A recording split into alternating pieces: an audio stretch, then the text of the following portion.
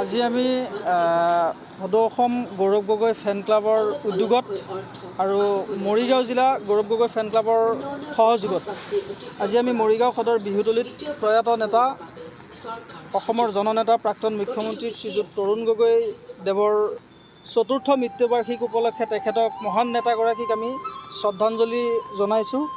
আৰু ইয়াৰ লগতে আমি আৰু কেইবাটাও কাৰ্যসূচী আমি হাতত লৈছোঁ। ইয়াৰ পিছতে আমি মৰিগাঁও অসামৰিক চিকিৎসালয়ত আজি তেখেতৰ মৃত্যু তিথি উপলক্ষে চতুৰ্থ বাৰ্ষিক মৃত্যু তিথি উপলক্ষে আমি তেখেতৰ মৃত্যু তিথিৰ লগত সংগতি ৰাখি গৌৰৱ গগৈ ফেন ক্লাব মৰিগাঁও সমিতিয়ে মৰিগাঁও অসামৰিক চিকিৎসালয়খনত আমি ৰোগীসকলৰ মাজত কিছু ফল মূল বিতৰণৰ কাৰ্যসূচী আমি ল'বলৈ ওলাই আছোঁ।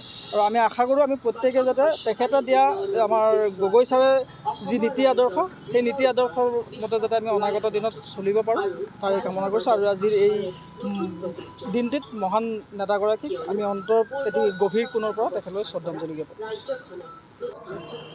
আমি শ্ৰদ্ধাৰ প্ৰয়াত অসমৰ মুখ্যমন্ত্ৰী কংগ্ৰেছ নেতা জনপ্ৰিয় নেতা তৰুণ গগৈদেৱৰ আজি মৃত্যুবাৰ্ষিকী। এই মৃত্যুবাৰ্ষিকী উপলক্ষে আমি গৌৰৱ গগৈ সাংসদ জনপ্ৰিয় যুৱনেতা সাংসদ গৌৰৱ গগৈ যিটো ফেন্স ক্লাব সেই ফেন্স ক্লাবৰ উদ্যোগত আমি মৰিগাঁও সদৰ বিহু তলিত তেখেতৰ শ্ৰদ্ধাঞ্জলি অনুষ্ঠানটি আমি পাতিছোঁ। আমি অসমৰ ৰাইজক এটা বাৰ্তা দিব বিচাৰিছোঁ যে গৌৰৱ গগৈ ফেন্স ক্লাবৰ জৰিয়তে আমি অসমৰ যি ৰাজনৈতিক অস্থিৰতা আছে এই অস্থিৰতা আমি নাইকিয়া কৰিব লাগিব। আৰু মৰিগাঁও জিলাখনত আমি গৌৰৱ গগৈ ফেন্স ক্লাবৰ এয়া প্ৰাৰম্ভিক অনুষ্ঠান। অনাগত সময়ছোৱাত আমি এই ফেন্স ক্লাবৰ জৰিয়তে আমি বিভিন্ন যিবিলাক সামাজিক কাম কাজ আছে এই সামাজিক কাম কাজবিলাক আমি আৰম্ভ কৰিম। গৌৰৱ গগৈ ডাঙৰীয়াৰ নেতৃত্বত যি ফেন্স ক্লাব এই ফেন্স ক্লাবে অসমৰ বিভিন্ন জিলাসমূহত ইতিমধ্যে কাম কাজবিলাক আৰম্ভ কৰিছে।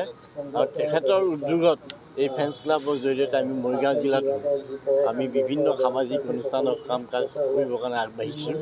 আজি তৰুণ গগৈদেৱৰ যি মৃত্যুবাৰ্ষিকী এই মৃত্যুবাৰ্ষিকীক আমি সমূহ মৰিগাঁওবাসীক শ্ৰদ্ধাৰে সুৰিছোঁ।